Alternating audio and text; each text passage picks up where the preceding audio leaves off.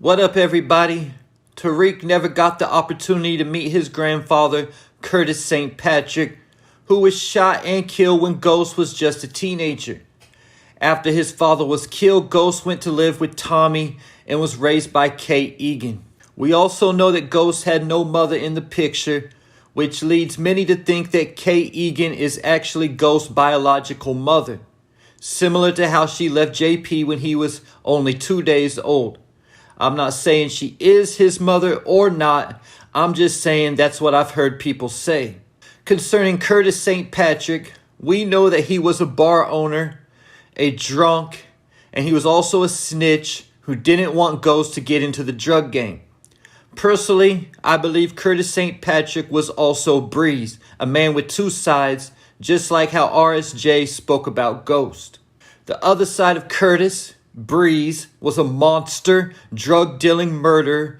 Just like on the surface, looking at James St. Patrick, he was a politician, a nightclub owner, snitch, who didn't want Tariq in the game and said he would rather kill him before he let him get involved in the life. And some would say James was also a drunk. At least I know Tariq would anyway. And we already know Ghost other side, a monster, drug-dealing murderer. Ghost was just on a larger scale than his father. I got a whole video explaining this theory titled Breeze is Ghost's Father if you want to check it out.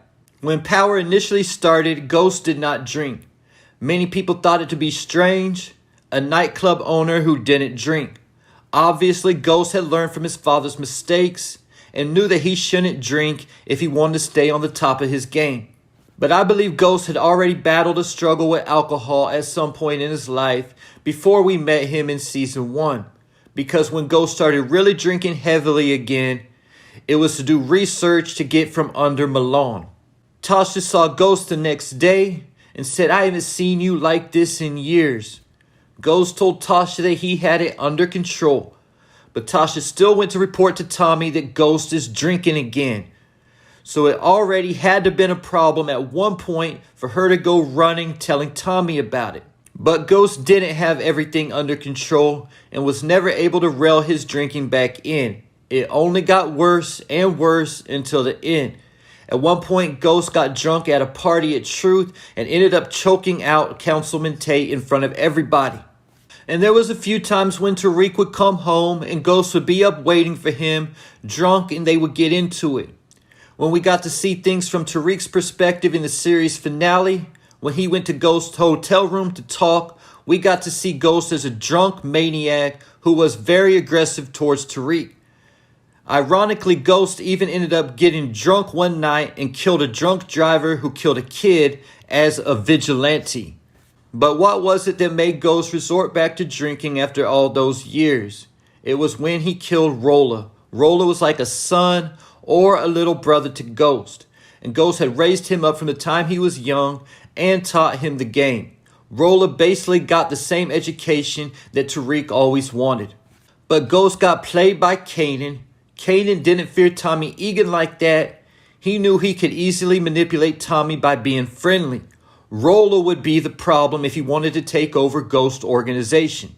So when Ghost premieres started dropping dead, Kanan claimed he got the word from the inside that it was Rolla who was trying to take over. When Kanan got out, he said, "It's the same play you did with Breeze."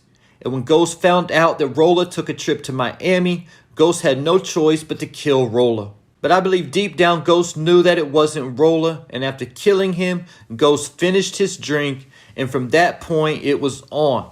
It started with just a few margaritas in Miami with Angela and progressed from there.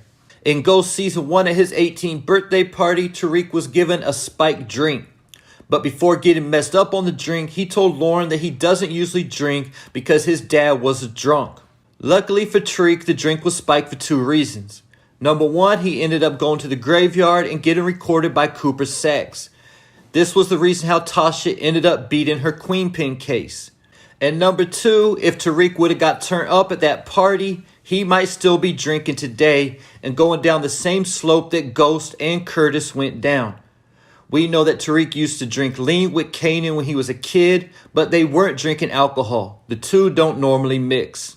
The reason why I made this video is because Tariq was offered a drink twice in the final 2 episodes of season 3. First, Davis literally poured Reek a drink and handed it to him. However, Tariq just stood there and left the drink behind on the desk. Then when looking for his mother, he stopped by Kate Egan's house to see if Tommy was there. And Kate offered him a drink of Hennessy. And he told Kate that he doesn't usually drink. And she asked him if he wanted a juice box. Like a little kid.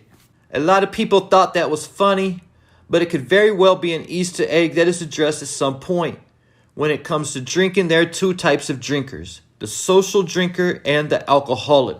Most of the population who drink would be considered social drinkers. They have a few drinks with their friends and it's all good, or they have a glass of wine with dinner, then go to bed and it's all good. But then you have a small percentage of the population that if they ever take a drink of alcohol, it will eventually completely consume their lives. This will be considered the alcoholic. Then you also have 2 types of alcoholics, the functioning alcoholic versus the non-functioning alcoholic. The St. Patrick's would be considered functional alcoholics, meaning they are alcoholics but can still handle their day-to-day business. That gets me to Franklin Saint and his father Alton. If you have not watched Snowfall, do yourself a favor and take the next few months while there is no power to take the time to watch Snowfall. Believe you will thank me.